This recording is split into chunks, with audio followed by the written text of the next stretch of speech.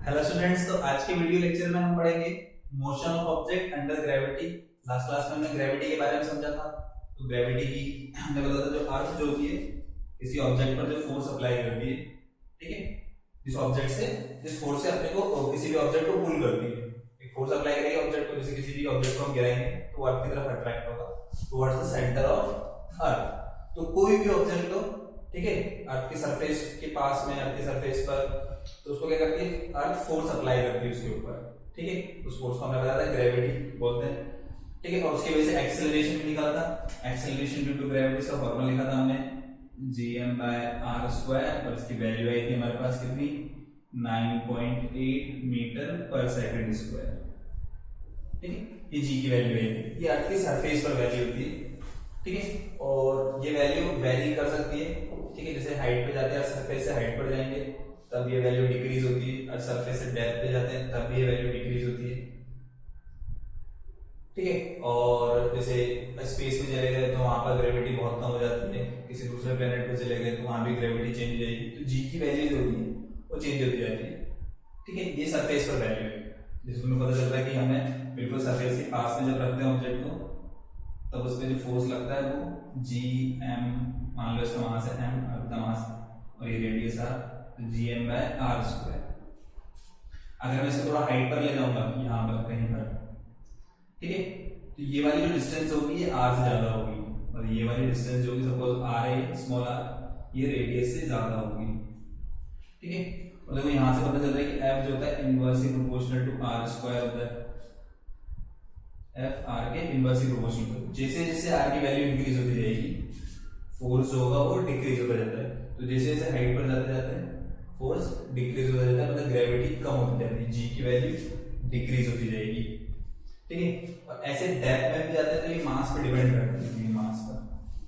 तो जैसे मैं डेप्थ में चला गया तो सिर्फ इतने स्फीयर का इतने मास का फोर्स लगेगा बस, तो ये मास जो होगा वो डिक्रीज हो जाएगा, मास डिक्रीज होगा तो भी जी की वैल्यू डिक्रीज होगी। तो दोनों तरह से जी की वैल्यू डिक्रीज होती है, हाइट पर जाते हैं जब भी जी डिक्रीज होता है, और डेप्थ में जाते हैं तब भी जी डिक्रीज होता है। सबसे ज्यादा जी की वैल्यू होती है अर्थ सरफेस के ऊपर, ठीक है। इसको ज्यादा डिटेल में 11th क्लास में पढ़ते हैं कि हाइट के साथ कैसे वेरी कर रहे हैं, डेप्थ के साथ कैसे वेरी कर रहे हैं, ठीक है। तो अभी इतना सा ध्यान रख सकते हो कि सरफेस पर ये वैल्यू होती है और ये मैक्सिमम होती है। तो एवरेज पे चले जाओगे, ठीक है, तो वहां पर जी का वैल्यू थोड़ा सा कम हो जाएगा। सी के अंदर डेप्थ में चले जाओगे तो वहां पर भी जी का वैल्यू कम हो जाएगा। इतना सा बस ध्यान रख सकते हैं, ठीक है। अब हमारे नेक्स्ट टॉपिक पर आते हैं जो हमें पढ़ना है आज, ठीक है, वो है motion of object under gravity. यहाँ पर चैप्टर का नाम लिखते हैं अपन ग्रेविटेशन पढ़ रहे हैं, इसमें रहेगा हमारा motion of object under gravity, ठीक है। तो motion of object under gravity मतलब सिंपल सा इस तरह के पढ़ाएंगे, जैसे किसी ऑब्जेक्ट को तुमने छत से गिरा दिया, किसी पत्थर को छत से गिरा दिया, किसी बॉल को छत से गिरा दिया, ठीक है, तो कितने टाइम में वो ग्राउंड तक पहुंचेगी। या किसी बॉल को तुमने ऐसे ऊपर की तरफ फेंका तो ऊपर जाकर नीचे आने में कितना टाइम लगेगा, कितना स्पीड होगी उसकी, क्या क्या होगा, तो ये सब इस बारे में यहाँ पर बताएंगे, ठीक है। अब जैसे बात करें तो हम किसी भी ऑब्जेक्ट को मैक्सिमम कितना हाइट तक फेंक सकते हैं, या किसी बिल्डिंग की हाइट कितनी होगी, तो अर्थ की रेडियस के रेस्पेक्ट में, रेडियस होती है 6400 किलोमीटर, या मीटर में लिखेंगे तो 6.4 10⁻⁶ मीटर की रेडियस होती है, ठीक है। बिल्डिंग की हाइट ज्यादा ज्यादा कितनी हो सकती है, 100 मीटर, ठीक है। तो 100 मीटर में अराउंड हो जाएगी 30 स्टोरी, ठीक है, 30 स्टोरी बिल्डिंग हो जाएगी वो 100 मीटर में, मतलब बहुत ज्यादा होगी, ठीक है। नॉर्मली हमारी बिल्डिंग की हाइट होती है वो जैसे 2 स्टोरी है तो वो अराउंड 10 मीटर के आसपास हो सकती है, या 9 मीटर, ठीक है। 5 स्टोरी है तो 5 स्टोरी अराउंड हमारा 15-16 मीटर के आसपास हो जाता है। तो फिर भी मान लो तुम 100 मीटर से किसी बॉल को गिराते हो तो 100 मीटर जो है वो रेडियस के रेस्पेक्ट में बहुत कम है, रेडियस देखो कितनी ज्यादा है, ये बहुत कम है, तो बहुत कम है तो हम क्या मानते हैं, किसी ऑब्जेक्ट गिराते हैं तो near to the surface of earth, earth की सरफेस के पास में, तो अर्थ की सरफेस के पास में हम क्या मान लेते हैं, जी को कांस्टेंट मान लेते हैं, जी की वैल्यू कांस्टेंट मान लेते हैं, कहाँ पे, नियर टू द सरफेस ऊपर, क्योंकि जब ज्यादा हाइट पर जाएंगे तब जी की वैल्यू वेरी करती है, मतलब उसमें डिफरेंस दिखेगा, वेरी तो यहाँ भी करेगी पर डिफरेंस बहुत कम होगा, तो उसको अप्रोक्स हम कांस्टेंट मान लेते हैं। तो मैं क्या बोलना चाह रहा हूँ यहाँ पर, मैं ये बोलना चाह रहा हूँ कि हम अर्थ की सरफेस के पास में अगर रहेंगे, ठीक है, 3 story 4 story 100 metre 200 metre 500 metre तक भी ले लें, तब भी हम वहां तक क्या मानेंगे, जी को कांस्टेंट मानेंगे, जी की वैल्यू जो होगी वो कांस्टेंट रहेगी 9.8 मीटर पर सेकंड, हम मीटर पर सेकंड स्क्वायर, ठीक है, 9.8 जो वैल्यू है मीटर पर सेकंड स्क्वायर, उसको कांस्टेंट मानेंगे। और जी क्या है, एक्सेलरेशन, और एक्सेलरेशन जब कांस्टेंट होता है, जी क्या है एक्सेलरेशन, और एक्सेलरेशन जब कांस्टेंट होता है तो अंडर कांस्टेंट एक्सेलरेशन मैं इक्वेशन ऑफ मोशन अप्लाई कर सकता हूं, जो हमने कहां पढ़ी थी, मोशन चैप्टर में पढ़ी थी। फर्स्ट इक्वेशन थी v equals to u plus at, second x equals to ut plus half at square, और थर्ड थी हमारी v square equals to u square plus 2as। तो ये इक्वेशन ऑफ मोशंस को हम अप्लाई कर सकते हैं यहाँ पर, ठीक है, और इसको सॉल्व कर सकते हैं, ठीक है, आ रहा है समझ में।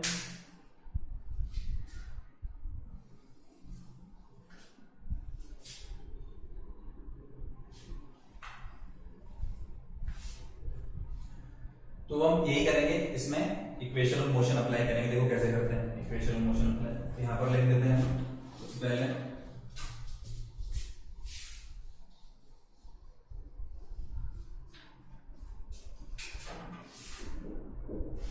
near to the earth's surface the value of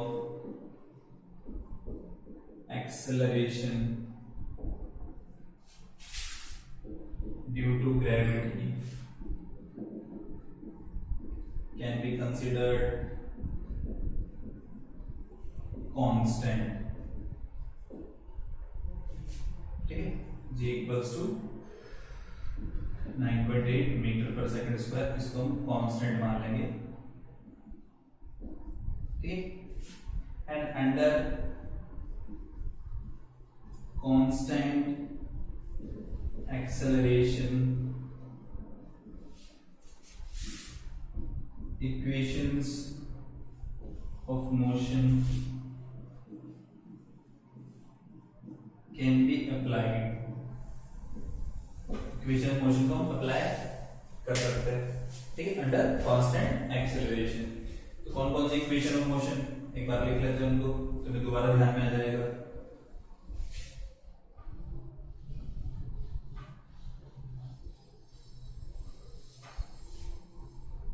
तो होती हमारी फर्स्ट इक्वेशन थी v equals to u plus at, second equation थी s equals to ut plus half at square, third equation थी v square equals to u square plus 2as। तो तीनों equation थी, इसको हम अप्लाई करेंगे, ठीक है। अब इसमें अलग अलग हम पढ़ लेते हैं, मतलब किस तरह से, देखो मैं अलग अलग पार्ट में डिवाइड करता हूँ मोशन एंड ग्रेविटी। फर्स्ट हम इसमें पढ़ रहे हैं फ्रीली फॉलोइंग,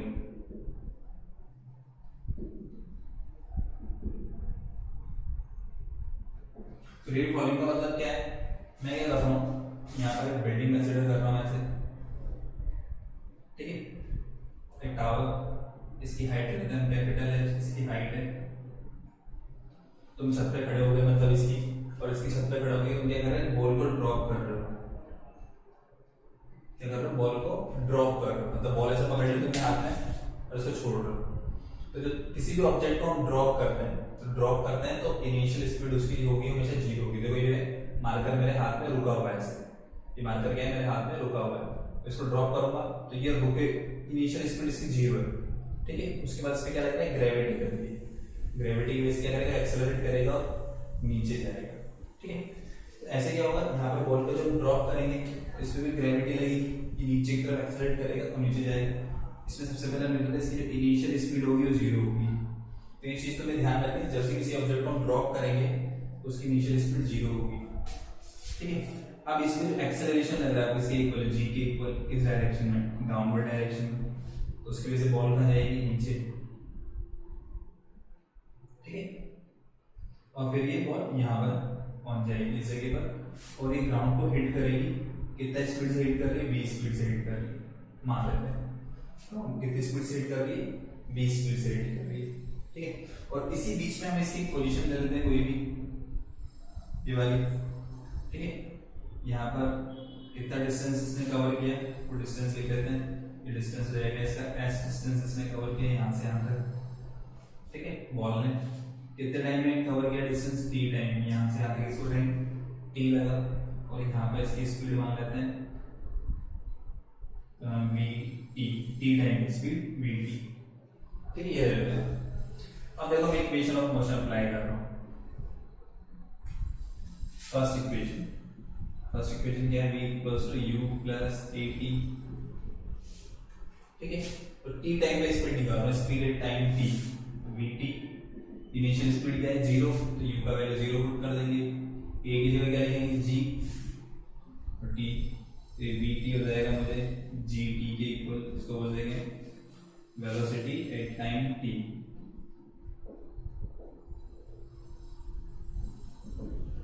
ठीक है। सेकंड इक्वेशन अप्लाई करते हैं। सेकंड इक्वेशन क्या है मेरे पास?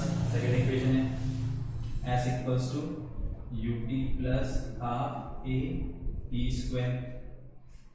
तो t टाइम में कितना डिस्टेंस चल रहा है? s डिस्टेंस, तो s इक्वल्स टू u का वैल्यू 0, हाफ a की जगह लिख देंगे g t स्क्वायर, ये s इक्वल्स हो जाएगा मेरा half g t square.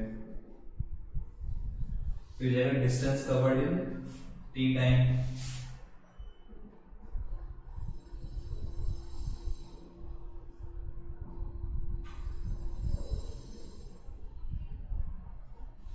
T time में कितना डिस्टेंस कवर कर रहा है, ठीक है। ऐसे equals to half g square, ये हो जाएगा फार्मूला, इसको ध्यान में रख सकते हो चाहो तो।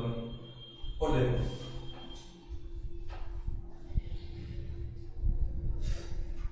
अब मैं क्या कंसीडर कर रहा हूं, यहां से यहां तक जब तक ये एयर में रहता है तब तक इसको टाइम लगता है t, यहां से यहां तक पहुंचने में इसको टोटल टाइम t लगता है।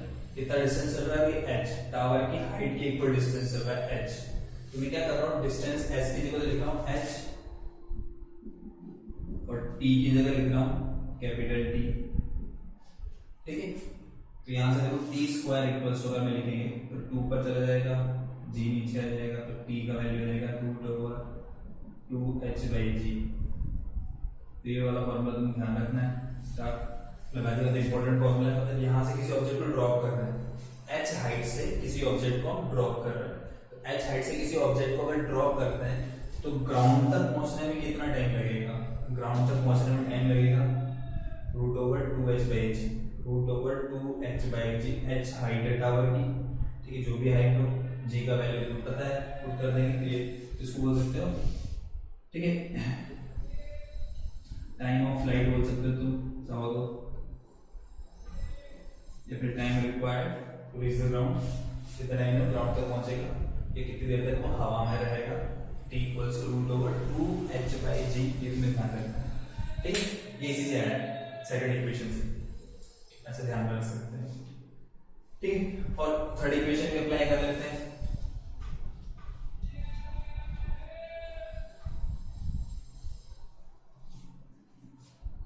तो थर्ड इक्वेशन क्या है मेरे पास? b square equals to u square plus 2as। मैं यहां से यहां तक की बात कर रहा हूं पूरी, यहां से यहां पर u का वैल्यू 0, b का वैल्यू b है।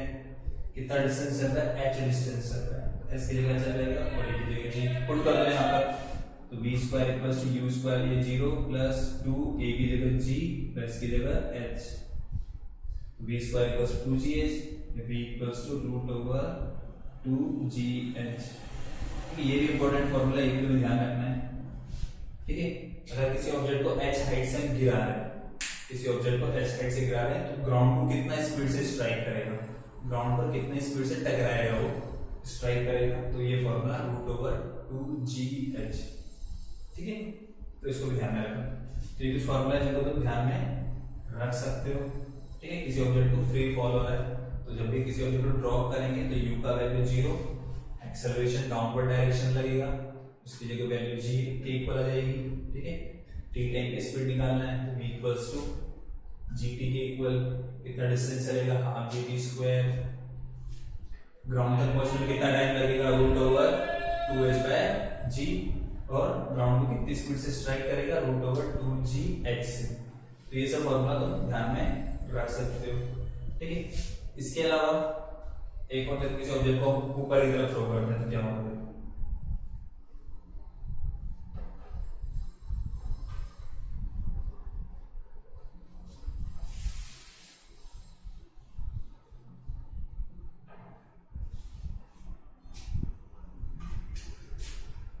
तो बी ले लेते हैं। ऑब्जेक्ट इज थ्रोन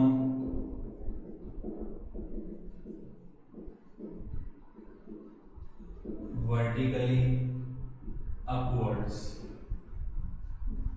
किसी ऑब्जेक्ट को ऊपर की तरफ थ्रो कर रहा है, ठीक है। तो ये ऐसा लेते हैं, यहां से मैं किसी बॉल को, किसी स्टोन को, किसी को ऊपर की तरफ थ्रो कर रहा हूं। तो किसी भी ऑब्जेक्ट को जब हम थ्रो करते हैं, किसी ऑब्जेक्ट को फेंकते हैं, जैसे मुझे मार्कर फेंकना है, तो ये मैं हाथ को मूव करूंगा ऐसे, हाथ को क्या कर रहा हूं मैं, ऐसे मूव कर रहा हूं।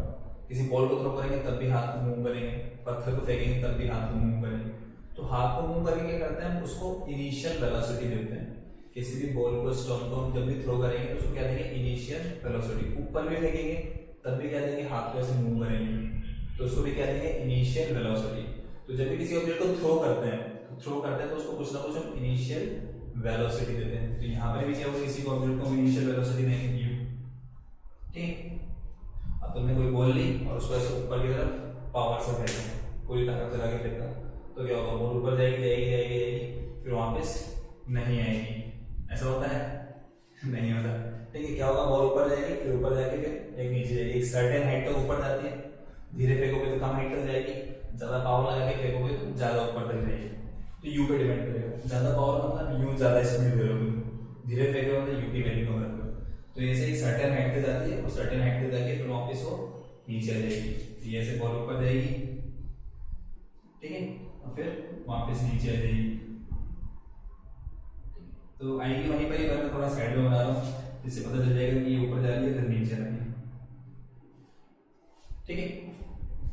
अब देखो होता क्या है इसमें जो एक्सेलरेशन लगता है वो डाउनवर्ड डायरेक्शन में लगता है हमेशा।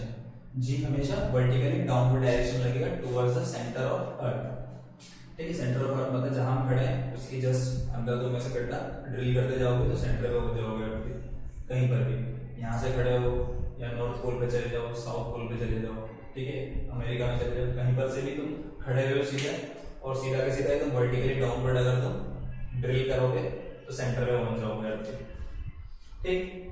अब देखो जी जो है वो डाउनवर्ड डायरेक्शन लग रहा है, तुमने ऐसे फेंका तो वेलोसिटी के अपोजिट डायरेक्शन में एक्सेलरेशन, वेलोसिटी के अपोजिट डायरेक्शन में एक्सेलरेशन। और जब भी वेलोसिटी के अपोजिट डायरेक्शन में एक्सेलरेशन होता है तो इसका मतलब क्या है, उसकी जो स्पीड है वो डिक्रीज होती जाएगी कांस्टेंट रेट से, उसकी वेलोसिटी स्पीड कांस्टेंट रेट से डिक्रीज होगी। तो यहाँ पर भी u कांस्टेंट रेट से डिक्रीज होता जाएगा, कम होता जाएगा, कम होता जाएगा, कम होता जाएगा, होते होते और यहाँ पर पहुंचेगा जब ये फिर 0 हो जाएगा।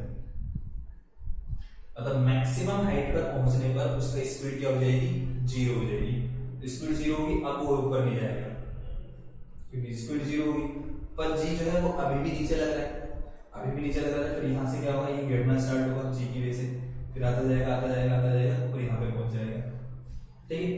अब इससे पहले वाली मोशन हमने पढ़ी, किसी को गिरा रहे हैं और ये भी पढ़ रहे हैं, ये सब हम वैक्यूम में पढ़ रहे हैं, ठीक है। यहाँ पर कोई एयर वगैरह कुछ नहीं, वैक्यूम में पढ़ रहे हैं। यहाँ पर एयर रेजिस्टेंस हमने नेग्लिजिबल दिया हुआ है, किसी टाइप का एयर रेजिस्टेंस नहीं लग रहा, किसी टाइप का और दूसरा कोई फोर्स नहीं लग रहा, सिर्फ कौन सा फोर्स लग रहा है, ग्रेविटी लग रही है, बस ग्रेविटी के अलावा कोई फोर्स नहीं लग रहा है, ठीक है। यहाँ पर ये से ऊपर जाएगा और ऊपर जाके वापस ऐसे नीचे आ जाएगा, किसकी वजह से, ग्रेविटी की वजह से। कितनी हाइट तक है मैक्सिमम, उसको मैक्सिमम हाइट बोलेंगे, कैपिटल एस से मैं डिनोट करता हूँ, ठीक है। फिर बीच में यहाँ पर भी एक पॉइंट ले लेते हैं, यहाँ पर इस जगह पर, ठीक है।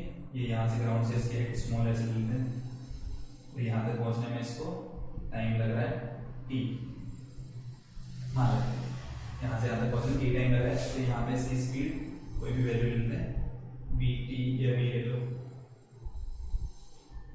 ये इस तरह से।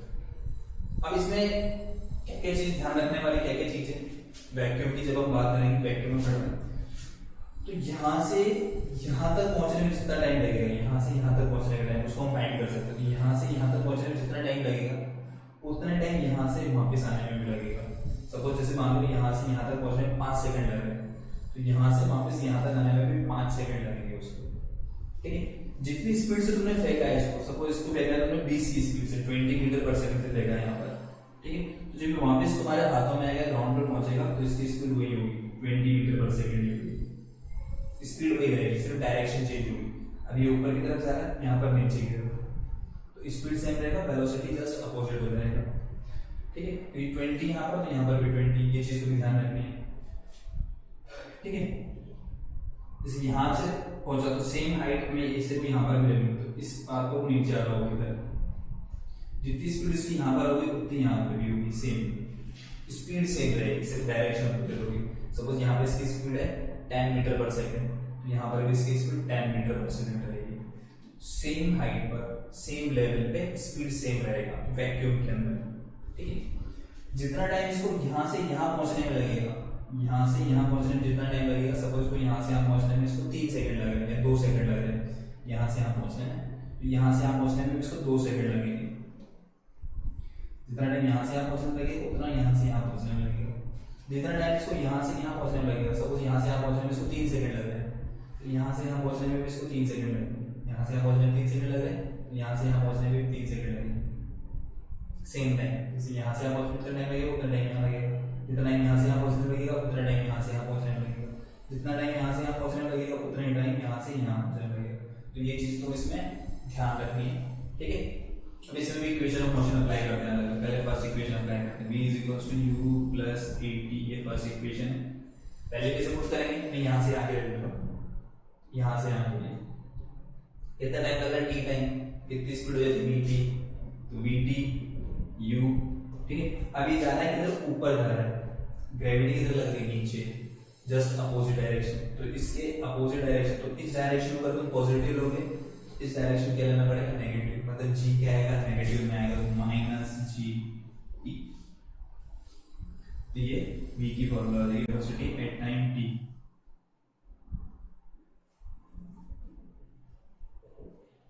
किसी ऑब्जेक्ट को तुमने फेंका, t टाइम के बाद उसकी वेलोसिटी कितनी है ऐसे बता देंगे। अब मान लो ये वैल्यू में सॉल्व करने पर मैंने ऊपर वाली डायरेक्शन क्या लिया है, पॉजिटिव लिया है, ये पूरा सॉल्व करने पर पॉजिटिव आता है। सपोज ये पूरा सॉल्व करने पर मान लो क्या आता है, पॉजिटिव आता है। तो ये अगर पॉजिटिव आ रहा है, ठीक है, तो पॉजिटिव आएगा मतलब वो ऊपर ही जा रहा होगा, पॉजिटिव आ रहा है मतलब ऊपर की तरफ आ रहा होगा। अब मान लो ये नेगेटिव आ जाता है, मान लो ये क्या जाता है, नेगेटिव आ जाता है। ये अगर नेगेटिव आ जाएगा, ठीक है, तो उसका मतलब कहाँ जा रहा होगा, नीचे।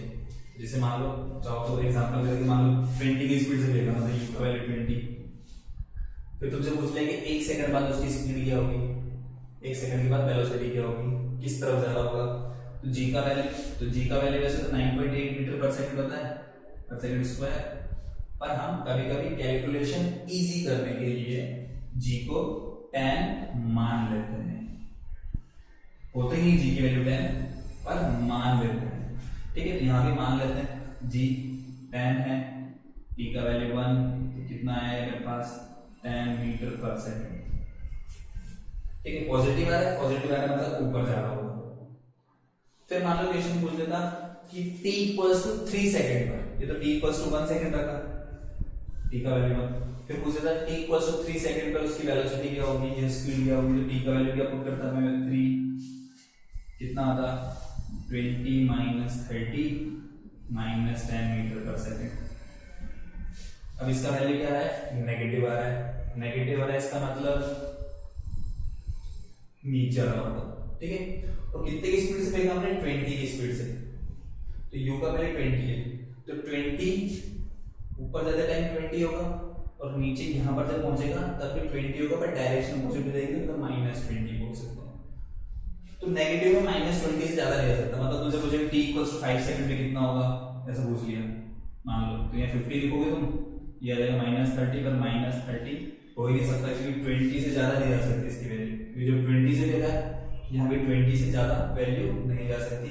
मतलब t = 5 सेकंड पर वो ग्राउंड से हिट कर चुका होगा पहले, तब जब t की वैल्यू 4 सेकंड होगी, ठीक है, तो उस टाइम पे वो क्या कर गया, वो ग्राउंड को हिट कर गया, तुमने देखा 4 सेकंड बाद ग्राउंड पे पहुंच गया, अब ग्राउंड पे ही पड़ा हुआ है। अब t इक्वल टू 5 पे निकालो, 6 पे निकालो तो वो निकलेगा नहीं, वो वैल्यू नहीं आएगी। t इक्वल टू 4 तक ही वैल्यू है बस, ठीक है। जब तो ग्राउंड को हिट नहीं करता तब तक ये वैल्यू है, ठीक है। तो ये चीज हमें ध्यान रखनी है, वेलोसिटी टाइम की पॉजिटिव नेगेटिव ध्यान रखना है। इसके बाद दूसरी इक्वेशन अप्लाई करने से पहले मैं क्या कर रहा हूँ, यहाँ से यहाँ पर ले रहा हूँ, यहाँ से पूरा यहाँ तक, तो यहाँ पर कितना है u और यहाँ पे कितना है v, ठीक है। तो इसमें मैं निकाल रहा हूँ time taken to reach at maximum height b small t मान लेते हैं कि t टाइम में ये मैक्सिमम हाइट तक पहुंच जाता है। यहाँ से हम पहुंचना है, इसको t टाइम लगता है, वो t कुछ भी हो सकता है, ठीक है। तो वैल्यू पुट करते हैं, u की जगह u आएगा और v की जगह क्या आएगा 0, तो u की जगह 0 लिखेंगे, v की जगह क्या लिखूंगा मैं 0, gt को इधर ले आएंगे, तो यहाँ से t की वैल्यू क्या मिल जाएगी u/g। तो ये फॉर्मूला तुम्हें ध्यान रखना है कि मैक्सिमम हाइट तक पहुंचने में कितना टाइम लगेगा, मैक्सिमम हाइट तक पहुंचने में उसको टाइम लगेगा t इक्वल्स टू u/g। किसी भी पत्थर को तुमने u स्पीड से फेंका, मान लो तुमने फेंका 50 मीटर पर सेकंड की स्पीड से, 50 की स्पीड से फेंका, ठीक है।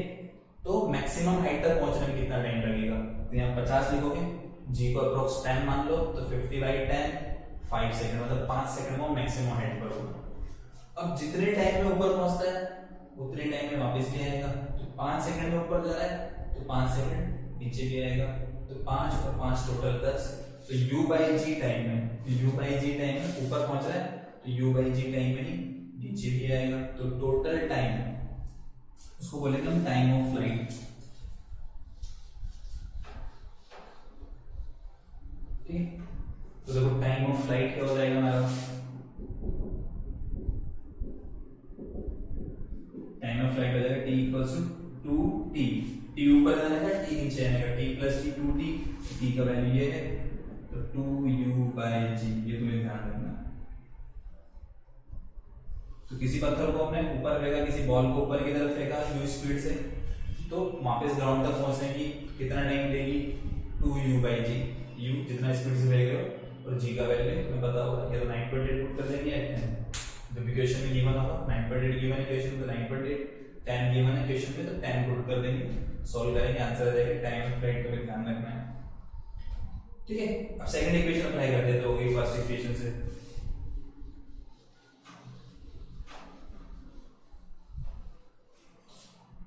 देखो सेकंड इक्वेशन हमारी क्या है, s equals to ut plus r square. अब यहां से यहां पहुंच रहा है, कितना डिस्टेंस चल रहा है h, यहां से कितना डिस्टेंस चला h ऊपर की डायरेक्शन में, कितना टाइम लग रहा है t, इनिशियल स्पीड u है और g डाउनवर्ड डायरेक्शन में, तो इसको तुम पॉजिटिव ले रहे हो तो ये वाला नेगेटिव आएगा, तो s ऊपर की तरफ जा रहा है तो पॉजिटिव, u भी ऊपर जा रहा है, u भी पॉजिटिव, ठीक है। पर g जो है वो नीचे है, तो यहाँ a की जगह जब लिखेंगे तो नेगेटिव साइन लगा देंगे। तो तुमसे क्वेश्चन पूछा किसी ऑब्जेक्ट को फेंका तो t टाइम में उसका डिस्प्लेसमेंट कितना होगा, ठीक है। तो डिस्प्लेसमेंट ये कितनी हाइट पर होगा ग्राउंड से, तो ग्राउंड से इतनी हाइट पर होगा h equals to ut minus half gt square, ठीक है। और थर्ड इक्वेशन भी अप्लाई कर सकते हैं, third equation v square equals to u square plus 2as, ठीक है। अब हम बात कर रहे हैं यहाँ से पूरे यहाँ तक, यहाँ से पूरे यहाँ तक की बात कर रहा हूँ। तो देखो u की जगह तो u आएगा, बट v की जगह क्या आएगा 0, v की जगह क्या आएगा 0, तो v की जगह 0, u की जगह u, डिस्टेंस s की जगह क्या आएगा h, कितना डिस्प्लेस हो रहा है h डिस्प्लेस हो रहा है, तो ये तो पॉजिटिव होगा और g नेगेटिव होगा, तो positive into negative, negative 2 a की जगह g और ये h, 2gh को इधर ले आओ u स्क्वायर, तो यहाँ से मेरे को क्या मिलेगा h equals to u square upon 2g। तो इसको भी तुम्हें ध्यान रखना है, ये फॉर्मूला है हमारा किसका, मैक्सिमम हाइट का, ये है मैक्सिमम हाइट। किसी ऑब्जेक्ट को हम ऊपर की तरफ फेंक रहे हैं, u स्पीड से हमने फेंका किसी ऑब्जेक्ट को ऊपर की तरफ, तो कितने डिस्टेंस वो ऊपर जाएगी, मतलब मैक्सिमम कितना ऊपर तक जाएगी, मैक्सिमम कितना तक फेंक सकते हैं, u square upon 2g, g की वैल्यू तो फिक्स है, तो जितना ज्यादा स्पीड से तुम फेंकोगे उतना ज्यादा डिस्टेंस से जाएगा। सिंपल। ज्यादा पावर से फेंकोगे, ज्यादा ताकत लगा के फेंकोगे तो ज्यादा ऊपर जाएगा, कम से फेंकोगे तो कम। u स्क्वायर बाई 2g ये मैक्सिमम हाइट का फॉर्मूला है, इसको भी तुम ध्यान में रख सकते हो। ठीक है, ये फॉर्मूला हो गया। ठीक है, अब इसी में स्पेशल कंडीशन डाल रहा हूं मैं, किसी ऑब्जेक्ट को ऊपर फेंक रहे हैं, इसी में स्पेशल कंडीशन डाल रहे हैं। क्या है स्पेशल कंडीशन?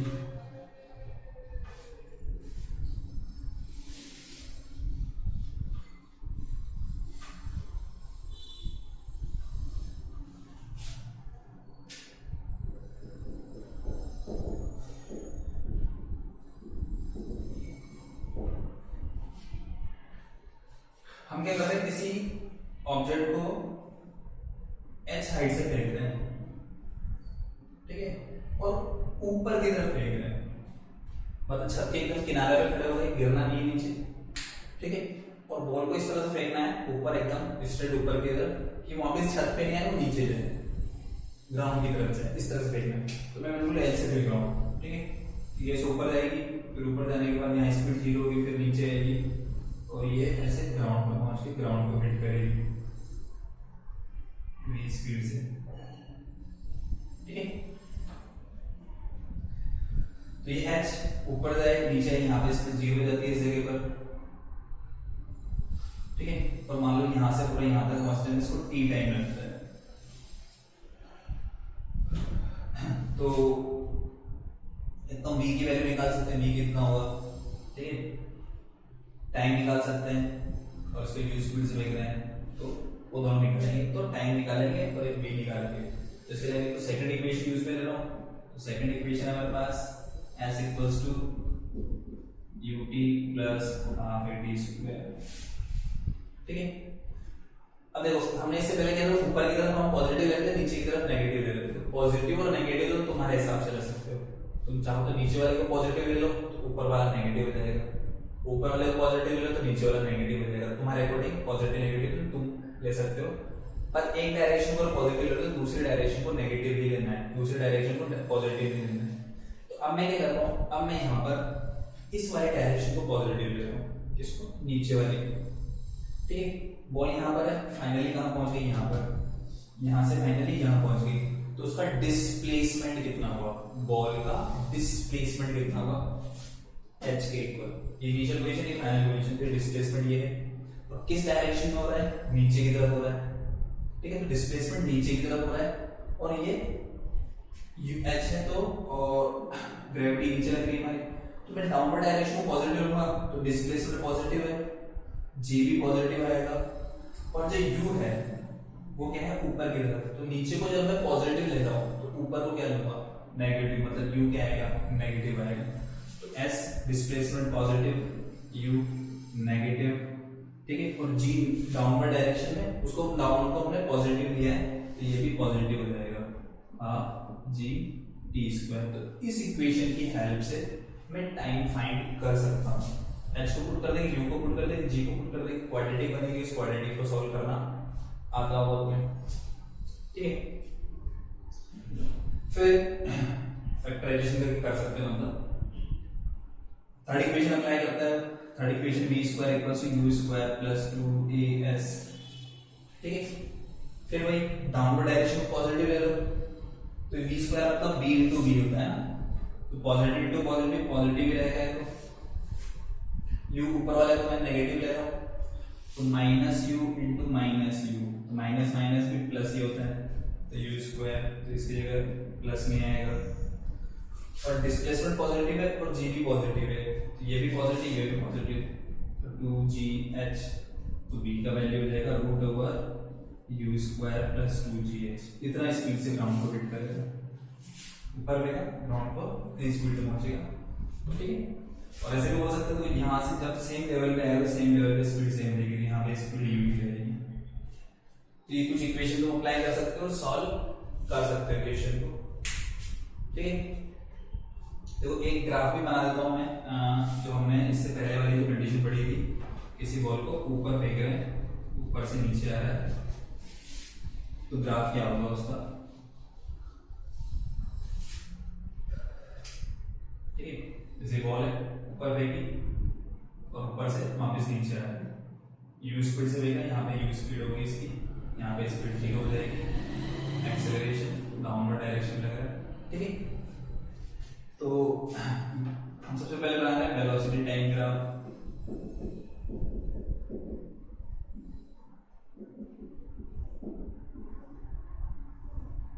इधर ले रहे हैं टाइम, इधर ले रहे हैं वेलोसिटी।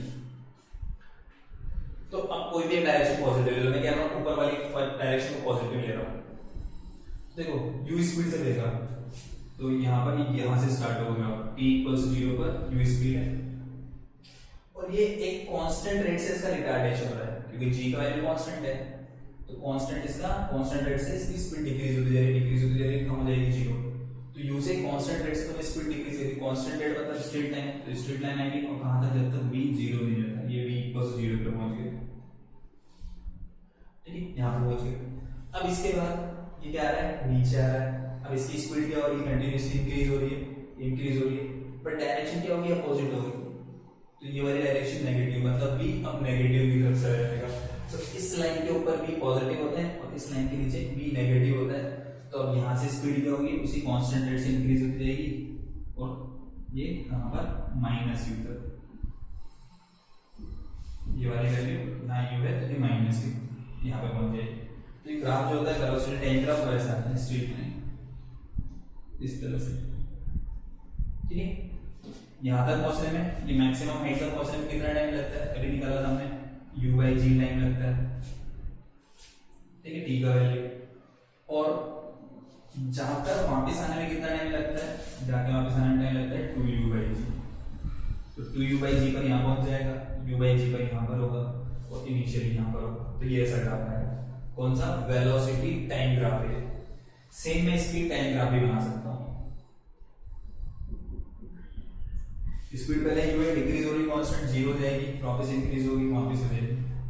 पर जो स्पीड होती है, स्पीड स्केलर होती है, जैसे मैंने बताया था मोशन चैप्टर में, स्पीड स्केलर है। तो स्पीड का जो वैल्यू है कभी भी नेगेटिव नहीं होता, स्केलर क्वांटिटी नेगेटिव नहीं होगी।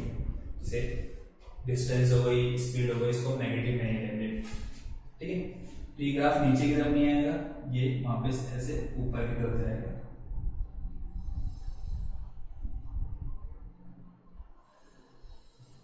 तो ये वाला जो ग्राफ है ये हो जाएगा हमारा कौन सा, स्पीड टाइम ग्राफ। तो ये बनेगा स्पीड टाइम ग्राफ, ये बनेगा वेलोसिटी टाइम ग्राफ। क्योंकि स्पीड नेगेटिव नहीं होती तो यही उठाकर हम इसको ऐसे करा देंगे, ऐसे नीचे नहीं ले जाएंगे, स्पीड टाइम ग्राफ हो गया, ठीक है। इसके अलावा हम बना सकते हैं डिस्प्लेसमेंट टाइम ग्राफ या पोजीशन टाइम ग्राफ।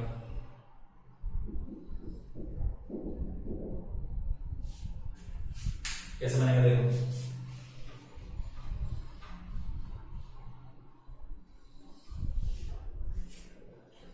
तो इसको डिस्प्लेसमेंट लिखा था, डिस्प्लेसमेंट ये तुम चाहो तो पोजीशन भी लिख सकते हो ना।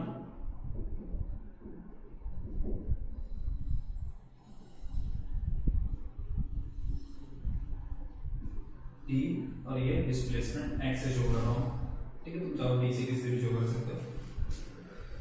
तो यहाँ पर आप डिस्प्लेसमेंट यहाँ से स्टार्ट कर रहे थे, 0 से स्टार्ट कर रहे हैं, फिर जैसे जैसे ऊपर जा रहे थे तो क्या है, कांस्टेंट रिटार्डेशन हो रहा है। क्या हो रहा है, कांस्टेंट रिटार्डेशन। तो याद करो हमने जो मोशन में रिटार्डेशन, कांस्टेंट रिटार्डेशन का ग्राफ कैसे बनाया था, कांस्टेंट रिटार्डेशन ग्राफ बनाया था हमने ऐसे, इसको ध्यान होता है, इस तरह से बनाया था। ये कांस्टेंट रिटार्डेशन ग्राफ इस तरह से।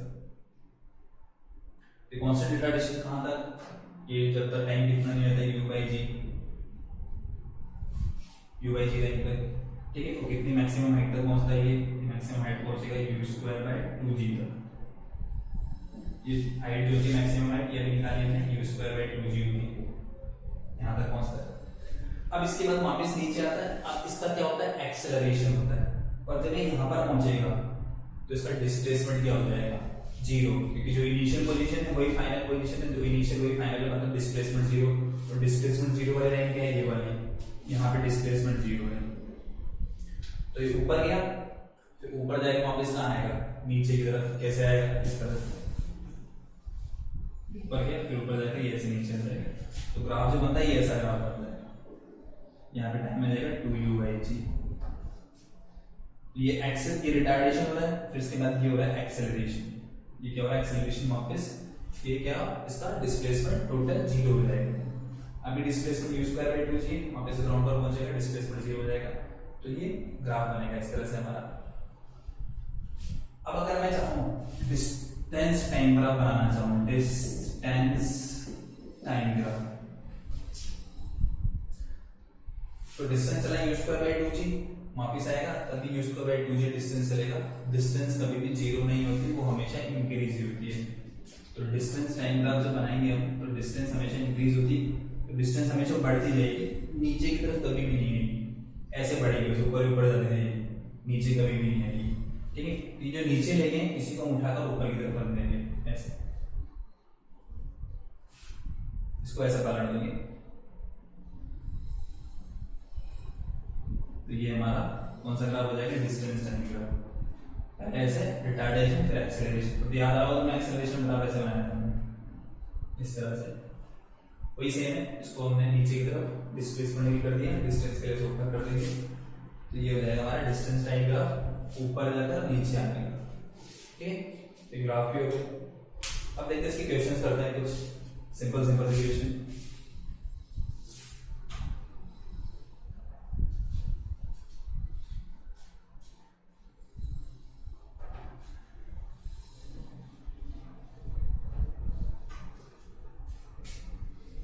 ठीक है, सबसे पहले एनसीईआरटी के क्वेश्चन कर लेते हैं कुछ।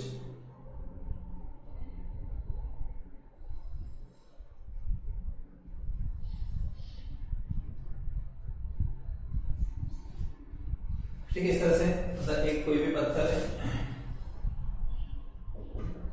a stone falls off a tower and drops to the ground in 2 seconds।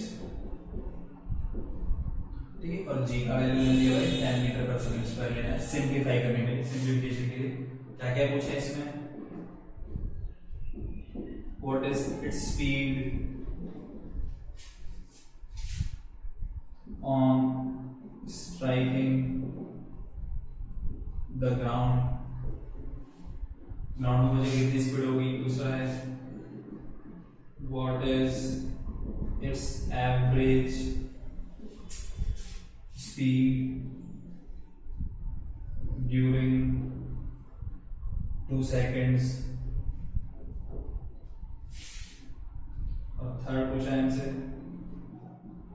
How high is the tower from the ground.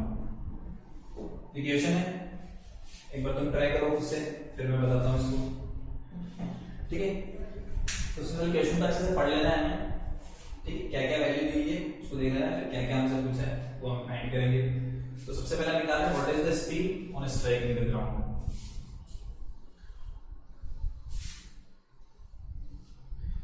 तो सबसे पहले समझते हैं कैसे डायग्राम बना लेते हैं। टावर की हाइट h मान लेते हैं, उसको भी निकालना है। यहाँ से इसको ड्रॉप कर रहे हैं, u का वैल्यू 0 तो भी ड्रॉप होगा, और यहाँ पर कितना स्पीड से स्ट्राइक कर रहा है उसको v मान लेते हैं, और टाइम हमें दिया हुआ है 2 सेकंड लग रहे हैं। तो u है, t है, v है और g भी है हमारे पास। तो v u t g में रिलेशन होता है फर्स्ट इक्वेशन से, first equation v equals to u plus at, इसका वैल्यू 0, a की जगह g, t v, g की जगह 10 लिख देंगे और इसकी जगह 2, तो ये आएगा 20 मीटर पर सेकंड। मतलब वो जब ग्राउंड पर पहुंचेगा कितना स्पीड से स्ट्राइक करेगा, 20 मीटर पर सेकंड से। सिंपल, फर्स्ट इक्वेशन अप्लाई हो गया। सेकंड वाला क्वेश्चन करते हैं। सेकंड वाला क्या है, सेकंड में पूछा है हमसे एवरेज स्पीड क्या होगी। एवरेज स्पीड, इनिशियल स्पीड है, फाइनल स्पीड है, एवरेज। एवरेज का बहुत सिंपल सा हमारे पास फॉर्मूला है क्या, इनिशियल प्लस फाइनल बाय 2। जब एक्सेलरेशन कांस्टेंट होता है ये हम अप्लाई कर सकते हैं, तो 0 प्लस 20 बाय 2, ये 20 निकला था, कितना आ गया 10 मीटर पर सेकंड। ये एवरेज स्पीड आ गई हमारे पास, ये दूसरे का आंसर हो गया। फिर थर्ड वाला, थर्ड में पूछा है कितना हाइट है टावर का, टावर की हाइट। तो उसके लिए कौन सी इक्वेशन अप्लाई कर देंगे, फर्स्ट भी सेकंड भी अप्लाई कर सकते हैं, थर्ड भी अप्लाई कर सकते हैं। ये सेकंड अप्लाई करते हैं, ut plus half at square तो ये हाइट एस की जगह एच, यू 0 है हमारे पास, ए की जगह क्या आ जाएगा, जी का वैल्यू 10 और कितना टाइम लगा है 2 सेकंड, तो 2 का स्क्वायर मतलब 4, कितना गया 40/2 दैट मींस 20 मीटर। तो उसकी हाइट जो भी टावर की 20 मीटर मतलब 20 मीटर हाइट से गिरा। हो गया, एकदम simple equation of motion apply की, सॉल्व किया, आ गया आंसर। जो वैल्यूज नहीं बनती उन्हीं से किया है। ठीक है, नेक्स्ट क्वेश्चन देखते हैं।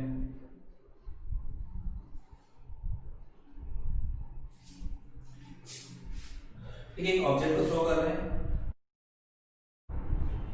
इसको भी लिख देते हैं।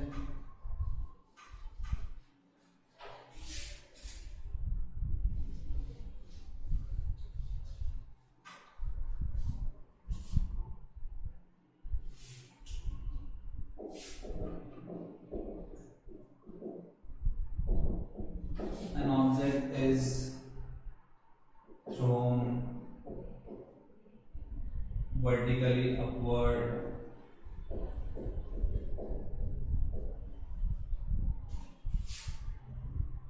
and rises to a height of 19.6 meter. पूछा इसमें calculate first the velocity with which object was thrown upwards, कितना स्पीड उसको फेंका है। सेकंड,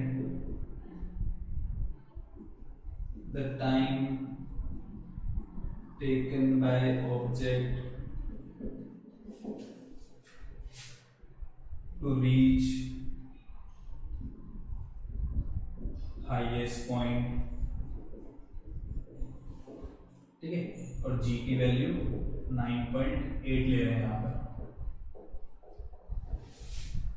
इक्वेशन में दिया हुआ है सर। ठीक है, अब सॉल्व करते हैं।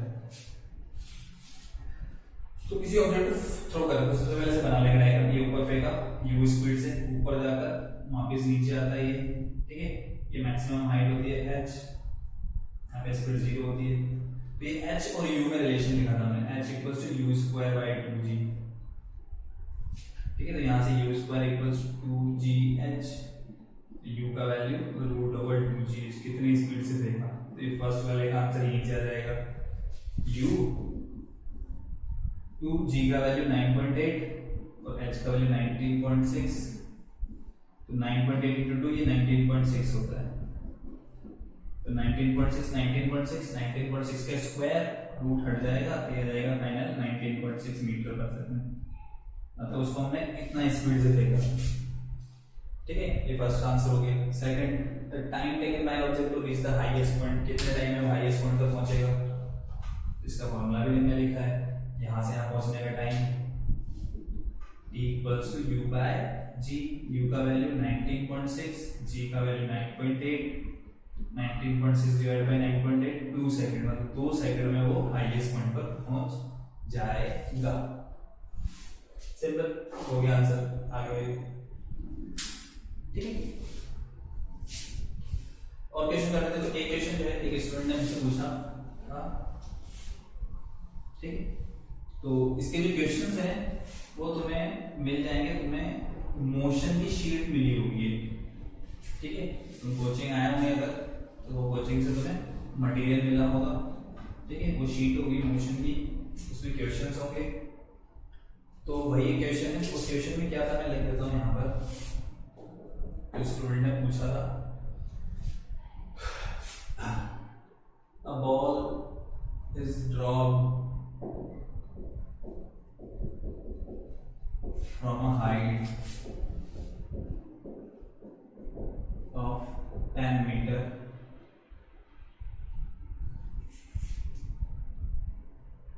It strikes the floor and rebound to a height 2.5 meter. If time of contact with floor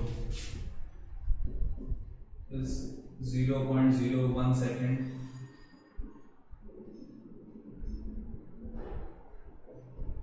then acceleration of ball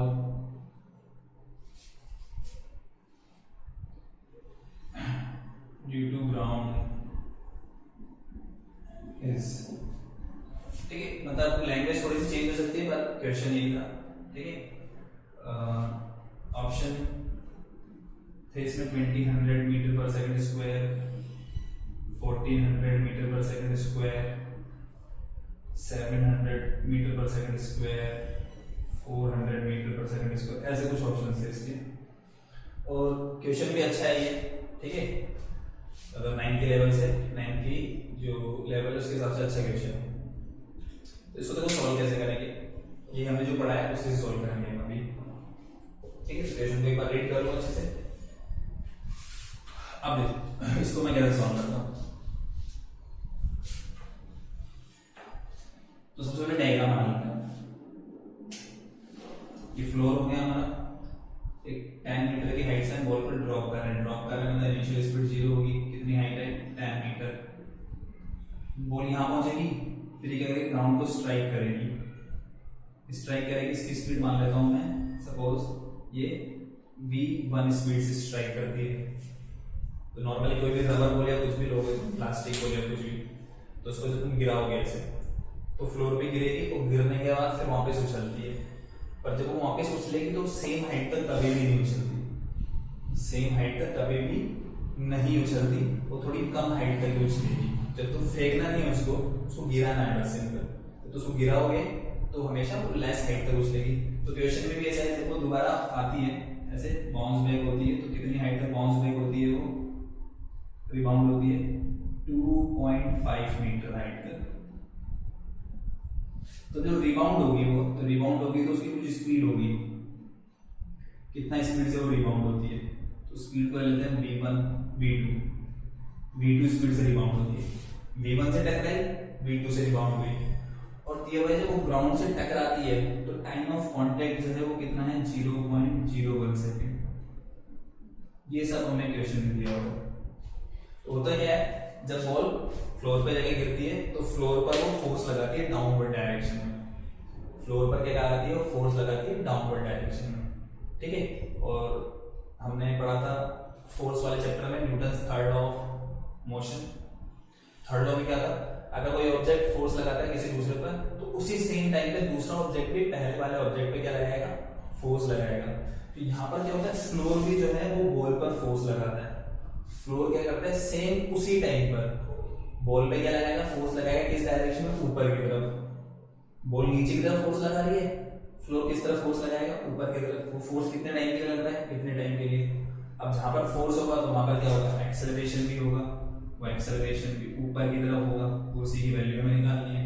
ऊपर की तरफ फोर्स लगेगा तो ऊपर की तरफ एक्सेलरेट करेगी, वही वैल्यू में निकालनी है। तो ए की वैल्यू निकालने के लिए पहले मैं v1 और v2 निकालूंगा। देखो कैसे निकाल रहा है। 10 मीटर हाइट से गिराया, तो किसी ऑब्जेक्ट को x हाइट से गिराते हैं तो उसकी स्पीड क्या होती है? √2gh। हमने लिखा था ये, ठीक है। तो v1 आ जाएगा मेरे पास 2, g का वैल्यू 10, h का वैल्यू भी 10। हमें कुछ गिवन नहीं होगा तो हम ऐसा कंसीडर कर लेते हैं।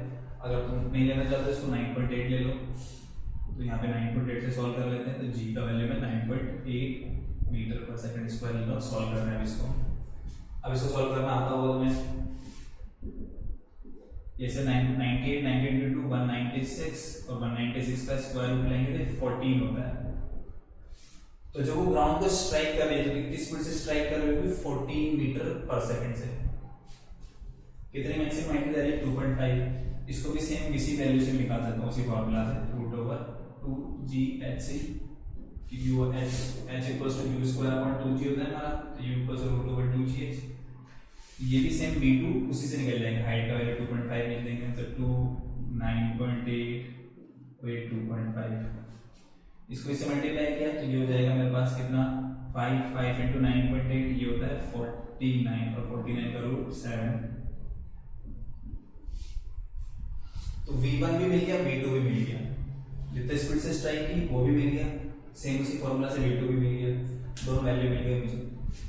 अब हमें क्या निकालना है, हमें निकालना है एक्सेलरेशन। मुझे टाइम दिया हुआ है तो TA ये इनिशियल स्पीड हो जाएगी और जिससे ये ऊपर जा रही है फाइनल हो जाएगी, ये इनिशियल ये फाइनल, इतनी सी जगह की बात कर रहे हैं। टकराई जिससे वो इनिशियल, उछली जिससे वो final. First equation V is equal to U plus AT। अब इसमें भी तुम्हें कोई भी एक डायरेक्शन पॉजिटिव लेनी है तो दूसरी नेगेटिव हो जाएगी। मुझे एक्सेलरेशन निकालना है, ठीक है, सारे ऑप्शन पॉजिटिव है और एक्सेलरेशन किधर लग रहा है ऊपर की तरफ, तो मैं ऊपर वाले डायरेक्शन को पॉजिटिव ले रहा हूँ। तो ऊपर वाले डायरेक्शन को अगर पॉजिटिव लेंगे तो नीचे वाले डायरेक्शन को नेगेटिव लेना पड़ेगा, ठीक है। ऊपर वाले डायरेक्शन पॉजिटिव ले रहे हैं तो ऊपर ये फाइनल कितना है 7, फाइनल की जगह 7 लिख देंगे। इनिशियल V1 है, किस तरफ है नीचे की तरफ, नीचे वाली वैल्यू को नेगेटिव लेना है तो कितनी है उसकी वैल्यू 14 तो -14। A मुझे फाइंड करना है और T का वैल्यू 0.01, इसको इधर ले आओ तो 14 इधर आएगा प्लस हो जाएगा तो ये 21 बन जाएगा। 0.01 इंटू T, तो T की वैल्यू आ जाएगी मेरे पास 21/0.01। 0.01 का मतलब होता है 1/100, 100 पहुंच जाएगा ऊपर और ये आंसर हो जाएगा 2100। जी T नहीं है यहाँ पर गलत लिख दिया मैंने, ये A है तो ये 2100 मीटर पर सेकंड स्क्वायर, तो ये हो जाएगा हमारा आंसर इस क्वेश्चन का। तो अच्छा क्वेश्चन था, इसमें हमें क्या करना पड़ा, V1 निकालना पड़ा, फिर V2 निकालना पड़ा, तो इसके बाद माइनस प्लस का ध्यान रखते हुए इसमें पुट की वैल्यू, तब जाके ये आंसर आया। तो ये माइनस प्लस का तुम्हें ध्यान रखना है, एक डायरेक्शन पॉजिटिव लोगे तो दूसरी वाली नेगेटिव ही लेनी होगी, ठीक है। ये क्वेश्चन हो गया, ठीक है। अब इसी टाइप के क्वेश्चन जो है इस टाइप के, तो ये तो थोड़ा ज्यादा लेवल हो गया था इसका। इसके पहले वाले जैसे क्वेश्चन किए, बेसिक क्वेश्चन तुम्हें दिए हुए हैं, ठीक है, तो वो तुम्हें सॉल्व करना है। तो मैं लिख देता हूँ क्या क्या तुम्हारा होमवर्क है, ठीक है, वो तुम्हें सॉल्व करना है, बुक से ही करना है ना, एनसीईआरटी की तुम्हारे पास बुक है उसे से। तो एक है बुक का पेज नंबर 136, ठीक है। ये पेज आगे पीछे हो सकता है, किसी की पुरानी बुक है तो वो अलग हो जाएगा, नई बुक एकदम न्यू तो उसमें यही पेज नंबर, ठीक है। पर ये सही मिलेगा। एग्जाम्पल 10.2 ये सॉल्व करना है, एग्जाम्पल 10.3 ये भी सॉल्व करना है, ठीक है। इसके अलावा लास्ट जो एक्सरसाइज है, लास्ट चैप्टर के एंड में जो एक्सरसाइज है, उस एक्सरसाइज में तुम्हें करने हैं क्वेश्चंस। क्वेश्चन नंबर 13 सॉल्व करना है, ठीक है। क्वेश्चन नंबर 14 सॉल्व करना है, क्वेश्चन नंबर 15 सॉल्व करना है, ठीक है। क्वेश्चन नंबर 17 सॉल्व करना है, क्वेश्चन 18 सॉल्व करना है। तो ये सारे जो क्वेश्चंस हैं 1 2 3 4 5 तो ये हो गए लास्ट के एक्सरसाइज के, और ये 2 एग्जाम्पल, ये सब तुम्हें सॉल्व करना है, ठीक है। और जो तुम्हें डाउट्स आते हैं या समझ में नहीं आता है तो उसको फिर पूछना है, वही कोर अकेडमी की जो साइट है कोर अकेडमी bsp.in, उस पर जाके जो भी तुम्हारी क्वेरीज होगी उसको पूछना है। ये सारे क्वेश्चन तुम्हें सॉल्व करना है, ठीक है। तो आगे होगा तुम्हें समझ में। अब इसके बाद हमारा नेक्स्ट टॉपिक पे आ जाते हैं।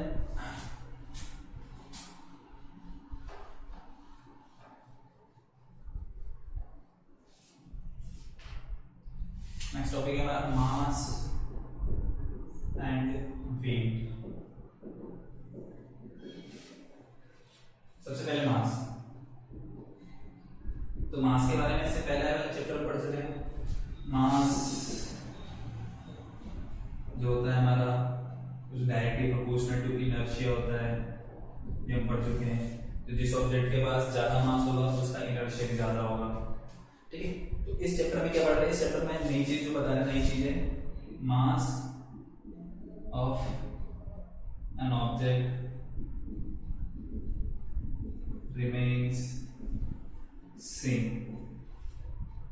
कोई भी ऑब्जेक्ट है उसका मास जो है वो सेम रहता है। जैसे मार्कर है, सपोज इस मार्कर का मास जो है वो 100 ग्राम है या 10 ग्राम है, 100 ग्राम से ज्यादा हो गया, ठीक है, 10 ग्राम 50 ग्राम कुछ भी मान लो, तो इतना इसका मास है।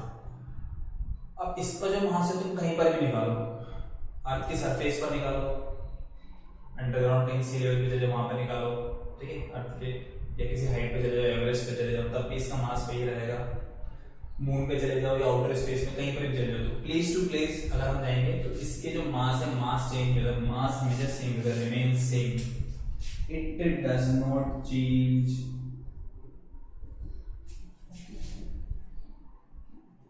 From place to place.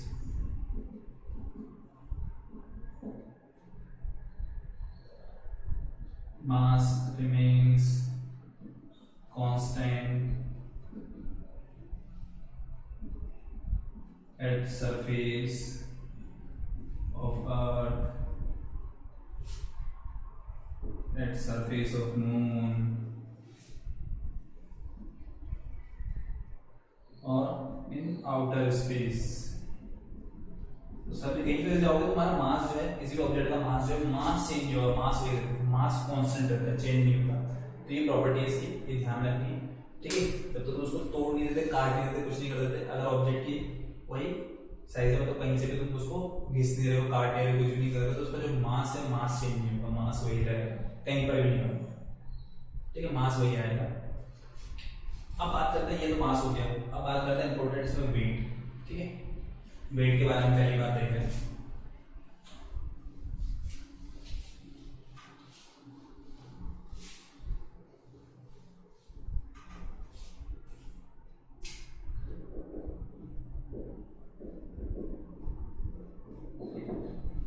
ठीक है, तो जैसे हम कहीं भी जाते हैं तो हमारा वेट मेजर करते हैं कि भाई कितना वेट हुआ, कितना क्या हुआ, तो मशीन होती है, मशीन के ऊपर खड़े रहते हैं, कहीं कहीं पे कॉइन डालने वाली मशीन, कॉइन डाला, खड़े हो गए कॉइन डाला, कॉइन डालने के बाद उसमें क्या है, रीडिंग आ जाती है, और वो पता चलता है कि हमारा वेट कितना है, 50 kg है या 55 kg, 60 kg, कितना वेट है हमारा, तो वो पता चल जाता है उस मशीन में डालने पर।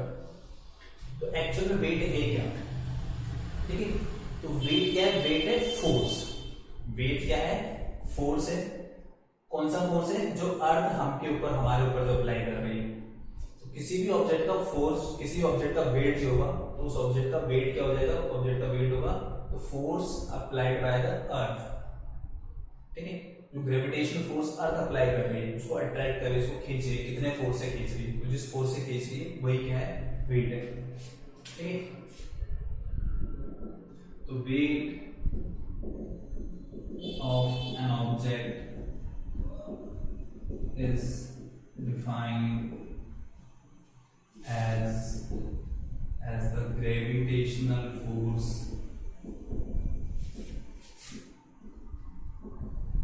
applied by the earth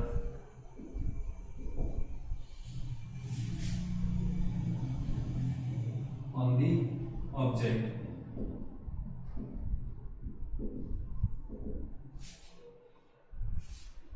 object पे जितना फोर्स अप्लाई कर रही है वही क्या हो जाएगा, वेट हो जाएगा, ठीक है। तो वेट क्या है, फोर्स। वेट क्या है, फोर्स है, ग्रेविटेशनल फोर्स है, ग्रेविटी है। तो अर्थ जो ग्रेविटी अप्लाई कर रही है उसी को हम वेट बोल देंगे। तो फोर्स का सिंपल फॉर्मूला होता है हमारा, force equals to the mass into acceleration, ठीक है। एंड अर्थ जब अट्रैक्ट करती है तो E इक्वल्स टू क्या होता है, जी के। तो वेट अगर हम लिखेंगे तो वेट भी क्या है, फोर्स है, और उसका फॉर्मूला हो जाएगा, वेट को हम नॉर्मली W से नोट कर सकते हैं, F से भी नोट कर सकते हो, M और A की जगह क्या आ जाएगा, G, M इंटू जी, मास इंटू जी, ठीक है। तो मास को अगर मैं G से मल्टीप्लाई करूंगा, G क्या हो जाएगा, एक्सेलरेशन ड्यू टू ग्रेविटी, तो क्या बन जाएगा, वेट बन जाएगा, ये वेट। अब वेट मास से तो डिपेंड करता है, ये मास ज्यादा होगा तो वेट भी ज्यादा होगा। जैसे एक छोटा सा बच्चा है, ठीक है, तुम्हारे छोटे भाई बहन है, तो उसका जो वेट मेजर करोगे तो कम आएगा, 30 kg 40 kg, एक तुम्हारा वेट मेजर करो तो ज़्यादा आएगा 45 kg 50 kg, क्योंकि तुम्हारा मास ज़्यादा है, तुम्हारे शरीर का आकार बड़ा है, ठीक है, तुम्हारा मास ज़्यादा है इसलिए तुम्हारा वेट ज़्यादा है। तो मास पर डिपेंड करता है ये वेट, मास ज़्यादा होगा तो वेट भी ज़्यादा होगा। और साथ में किस पे भी डिपेंड करेगा, जी पर भी डिपेंड करेगा, एक्सेलरेशन ड्यू टू ग्रेविटी पर, तो जी पर डिपेंड करता है। और जी क्या होता है, प्लेस टू प्लेस चेंज होता है। अब सरफेस पे जैसे मैंने बताया सबसे ज्यादा हाइट पे जाएंगे, एवरेस्ट पर कम हो जाएगा, आउटर स्पेस में चले जाए बहुत कम हो जाएगा, ठीक है, अर्थ के अंदर की तरफ चले गए सेंटर की तरफ कम हो जाएगा।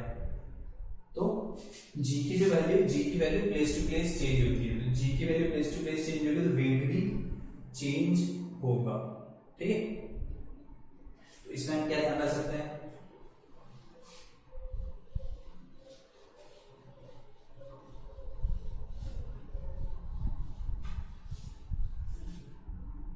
एट अ प्लेस, एक फिक्स प्लेस कर दिया मतलब घर, हमारा घर, ठीक है, at a place wait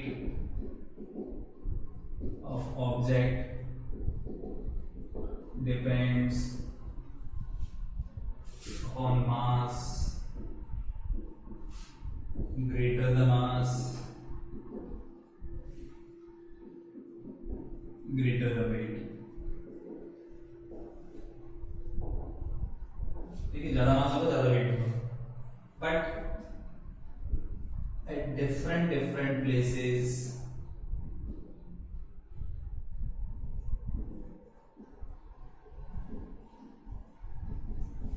the value of G changes, so weight of an object also changes। तो ये मेन डिफरेंस है मास और वेट में, क्या कि डिफरेंट प्लेसेस पर जाएंगे तो किसी भी ऑब्जेक्ट का जो मास रहेगा मास चेंज नहीं होता, बट जी का जो वैल्यू है वो चेंज होता है, ठीक है। तो वेट भी क्या होता है, चेंज होता है। तो प्लेस टू प्लेस जाएंगे तो वेट चेंज होगा। यहाँ पर अर्थ के सरफेस पे सबसे ज्यादा वेट होगा। जैसे हम अर्थ की बात करें तो इक्वेटर पे जी की वैल्यू कम होती है, जैसे मैंने बताया था पिछले लेक्चर में। तो जी कम होगा तो वेट कम होगा तुम्हारा। फिर तुम पहुंच गए पोल्स पे, नॉर्थ पोल साउथ पोल पर, वहां पे जी की वैल्यू ज्यादा होती है तो वहां पर थोड़ा वेट तुम्हारा बढ़ जाएगा, ठीक है।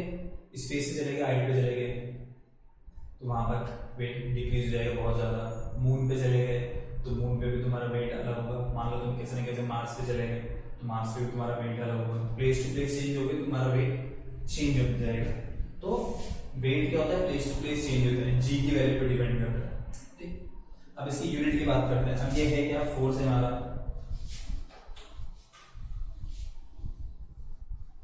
ठीक है। तो फोर्स की यूनिट क्या होती है, न्यूटन।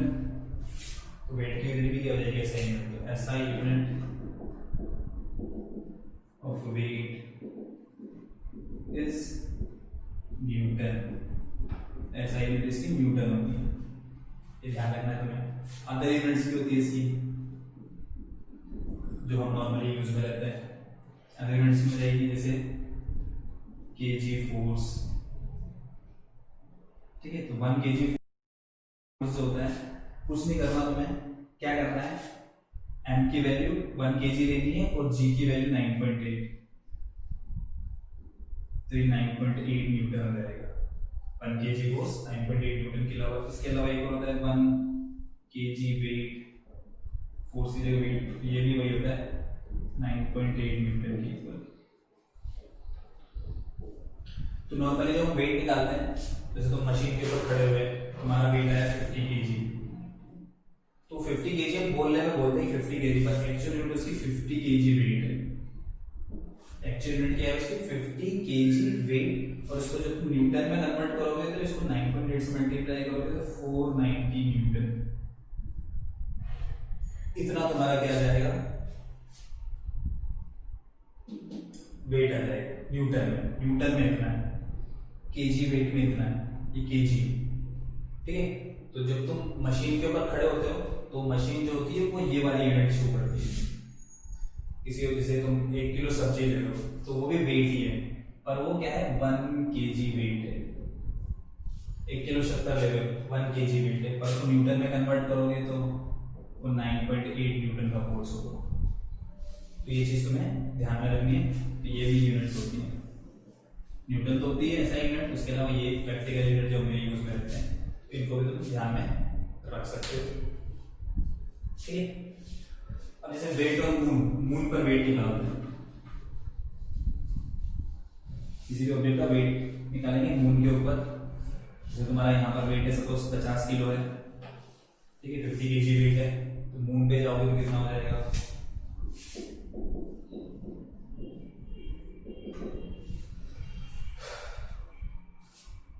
तो जो मून है मून की साइज अर्थ से बहुत छोटी है, तो मास भी क्या होगा कम होगा, रेडियस भी क्या होगी कम होगी।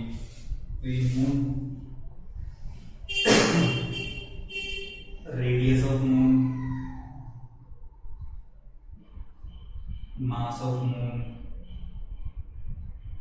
तो जो मास ऑफ मून है वो कम है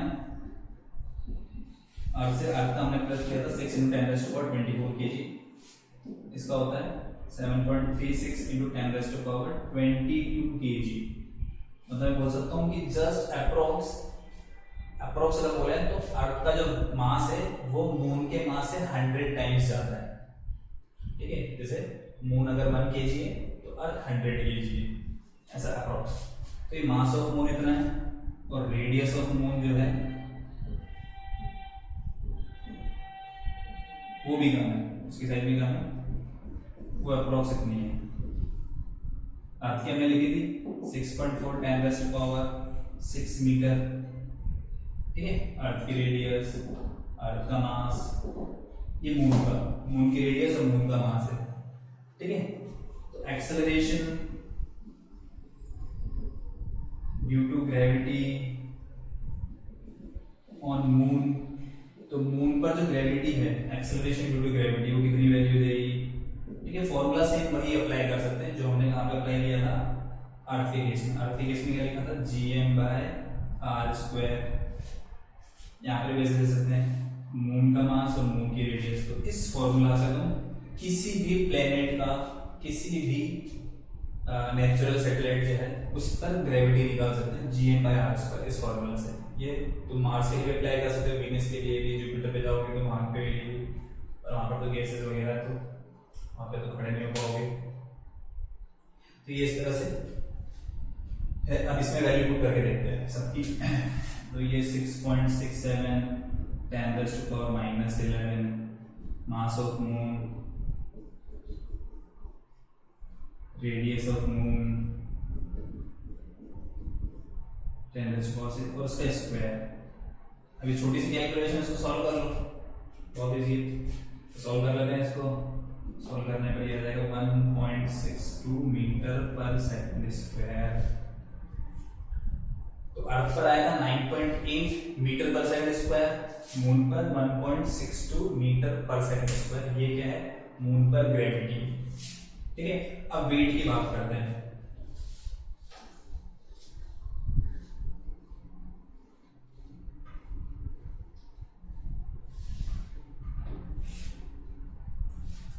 अब वेट जो होता है, वेट होता है मास इंटू जी।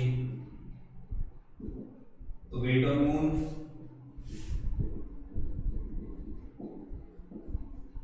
m इंटू जी, जी पर ग्रेविटी मून की।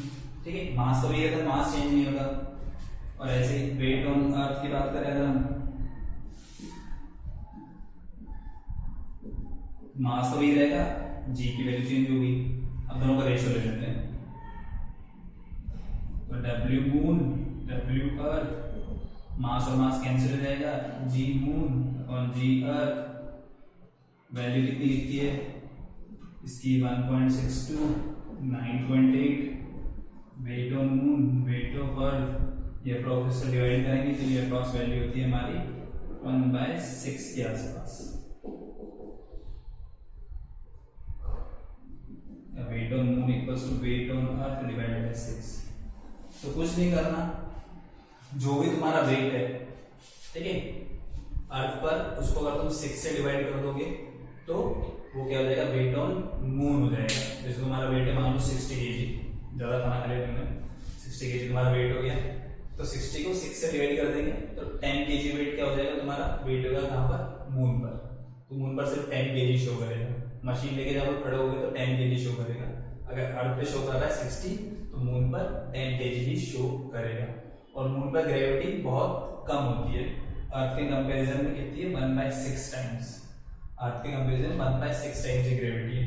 तो इसका मतलब ऐसे भी समझ सकते हो, जैसे तुम यहाँ पर अगर जंप करते हो तो जंप करते हो तो मान लो तुम 10 सेंटीमीटर तक उछल जाते हो, 10 सेंटीमीटर उछल गए जंप करने पर, या ज़्यादा पावर से जंप किया तो 50 सेंटीमीटर उछल गए, तो 50 सेंटीमीटर तुम जंप करते तो उछल सकते हो, तो मून पर जस्ट 6 टाइम्स उछल जाओगे। मतलब 6 टाइम्स, या फिर आप प्रोसेस बोल सकते हैं ज़्यादा उछल जाओगे। तो वहाँ पर क्या होता है, जैसे हम अर्थ पर सिंपल वॉक करते हैं, ऐसे चलते हैं, तो चलते टाइम हम क्या करते हैं, थोड़ा सा फोर्स लगाते हैं ग्राउंड के ऊपर, ठीक है, ग्राउंड हमारे ऊपर फोर्स लगाता है, फिर हमारा पैर उठता है, फिर आगे गिरता है। और यही अगर तुम मून पे करोगे तो मून पर हम ऐसे नॉर्मली जैसे अर्थ पे चलते हैं वैसे नहीं चल पाएंगे। मून पे क्या होता है, जैसे हम थोड़ा सा फोर्स लगाते हैं, नॉर्मल जितनी आदत होती है हमारी फोर्स लगाने की, उतना फोर्स लगाएंगे तो उतने में हम उछल जाएंगे वहाँ पर, तो इसे वहाँ पर जंप करते रह सकते हैं। हमारे पैर नॉर्मल मोशन में होता है, जंप करते हुए मोशन होता है वहाँ पर, ठीक है। और इससे तुमने मूवीज वगैरह देखी होगी हॉलीवुड की, या ठीक है, तो वहाँ पर जैसे कोई भी मून वगैरह पे जाता है साइंटिस्ट वगैरह, तो वो सिर्फ नॉर्मल चलते नहीं, जंप करके हुए चलते हैं, ठीक है। जैसे ट्रांसफॉर्मर वगैरह किसी ने देखी होगी मूवी, तो उसमें बताया गया मून के बारे में, dark side of moon movie का नाम है। इसके अलावा एक मार्स की भी एक मूवी है, जहाँ से अर्थ से जो पर्सन होता है वो मार्स तक पहुँच जाता है जादू वादू से, वहाँ पर मार्स पे भी ग्रेविटी कम है, तो ग्रेविटी कम होने की वजह से वो नॉर्मल बहुत ज़्यादा हाइट तक जंप कर पाता है, उसी वजह से, ग्रेविटी की वजह से। वहाँ के तो नॉर्मल ऊपर ऊपर चलते हैं, और हमारे जो आदत होती है उससे हम फोर्स लगाते हैं तो वहाँ पर बहुत ऊपर तक उछल जाते हैं। वही चीज़ है, क्योंकि वहाँ पर ग्रेविटी कम है मार्स पर और मून पर अर्थ के कंपैरिजन में, ठीक है। तो ये चीज़ हम ध्यान में रख सकते हैं, ये फॉर्मूला, कि तुम्हारा जितना वेट है अर्थ पर उसका 1/6 करोगे तो वेट ऑफ मून आ जाएगा। तो आगे और मैं समझ में, तो आज के लेक्चर में इतना ही पढ़ेंगे हम। Okay, thank you.